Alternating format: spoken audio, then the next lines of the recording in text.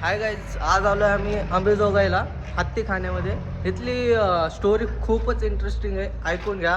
आमच्यासोबत आहे आमचे फ्रेंड आकाश काळे. तर आज आपण आलो आहे अंबेजोगाईला मित्रांनो. हत्ती खाना म्हणून कधी कधी ऐकलंच असेल. इथं खूप फेमस आहे हा प्लेस. आणि इथे लेण्या म्हणून खूप म्हणजे भारी दाखवले गेलेले, जास्त नाही थोडेच आहेत पण खूप अशा म्हणजे भारी भारी आहेत. काही ठिकाणी मिटलेल्या लेण्या आहेत, पण त्याचं काम वगैरे चालू आहे. जी परंपरा संस्कृती ते पाळायचं काम आपली पुढची पिढी जी आहे ती करतच आहे मित्रांनो. आणि इथली कहाणी गाववाले सांगतात की जे परळी वैजनाथ आणि जोगाई जी देवी होती त्या दोघांचं जे लग्न होतं ना, तर ते ह्या ठिकाणी होणार होतं. म्हणजे हा सर्व त्यांचा मंडप होता असं म्हटलं गेलं आहे. गाववाले सगळे असंच सांगतात आहेत की हा आधी जोगाईचा आणि परळी वैजनाथचा मंडप होता म्हणून लग्नाचा. सो हे सगळे जी सजावट दिसते हत्ती वगैरे हे सगळे त्या काळामध्ये असे रिअली होते. आणि हे नंतरनी ते काहीतरी एक अशी स्टोरी आहे की कोंबडा ओरडण्याच्या आधी जर तुम्ही लग्न नाही केलं तर तुम्ही सगळे जे मूर्त्या बनवून जातात दगडाच्या असं बोललं जातं. सो ठीक आहे, बघूयात, ऐकून घेऊयात आपण की इथल्याच लोकांशी ह्याचं खरं आहे किंवा काय आहे. तर या मी विचारतो आकाशला. आकाश, काय स्टोरी आहे मित्रा इथली अंबेजोगाईमध्ये? स्टोरी अशी आहे की जोगाई आणि परळी वैजनाथ या दोघांचं लग्न होतं आणि त्यांनी त्यांचं लग्नाचं मंडपाची व्यवस्था इकडे केलेली होती.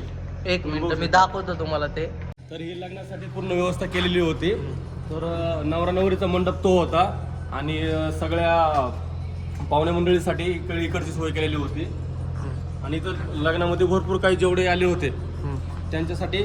पण अशी काहीतरी गोष्ट झाली, त्यांच्यात वादविवाद झाला. आणि एकाने त्यांना श्राप दिला. त्यांना श्राप दिला की तुमचा कोंबडा हरवण्याच्या अगोदर जर तुमचं लग्न नाही झालं तर तुम्ही सगळे जेवढे लग्नाला आलेत तेवढे तुम्ही मृत्यू होताल. अच्छा, मृत्यू होऊन टाइम दिला होता का काय टाइम दिला होता. टाइम नाही दिला पण कोंबडा हरवण्याच्या अगोदर. ओके. त्यानंतर लवकर सगळ्यांनी आवरण्यामध्ये घेतलं पण लवकर काय झालं नाही. काही गोष्टी लग्न लवकर लागलं नाही. ओके, लवकर लागलं नाही. सूर्य उगण्याच्या अगोदर लग्न लागायचं होतं कोंबडा हरवण्याच्या अगोदर. ओके. पण काही गोष्टींमुळे लवकर झालं नाही. ठीक आहे. तर त्यामुळे जेव्हा कोंबडा आरवत होता तेव्हा एका व्यक्तीने कोंबडा घेतला आणि असं खाली आपटणार होता तेवढ्यातच मी मारण्यासाठी का? मारण्यासाठी. तर त्याने तो हवेतच आरवला.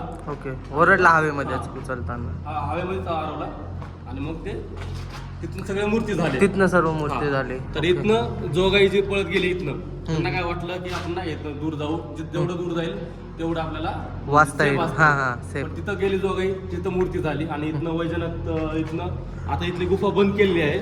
मध्ये गुफा होती तर इथून वैजनाथ पळत गेले, ते परळीपर्यंत पोहोचले, ते तिथंच मूर्ती झाले. इथली स्टोरी अशी आहे.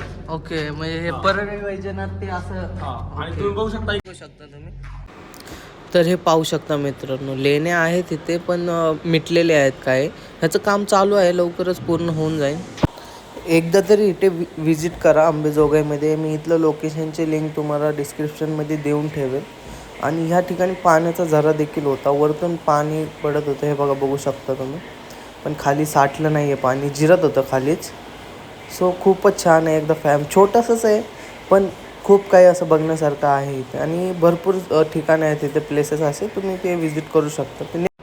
जर आणखीन कोणाला काही माहिती असेल तर तुम्ही कमेंटमध्ये आणखीन सांगूही शकता तुम्ही की आणखीन काही राहिलं असेल तर. ठीक आहे मित्रांनो, चला नेक्स्ट व्हिडिओमध्ये भेटूयात. बाय.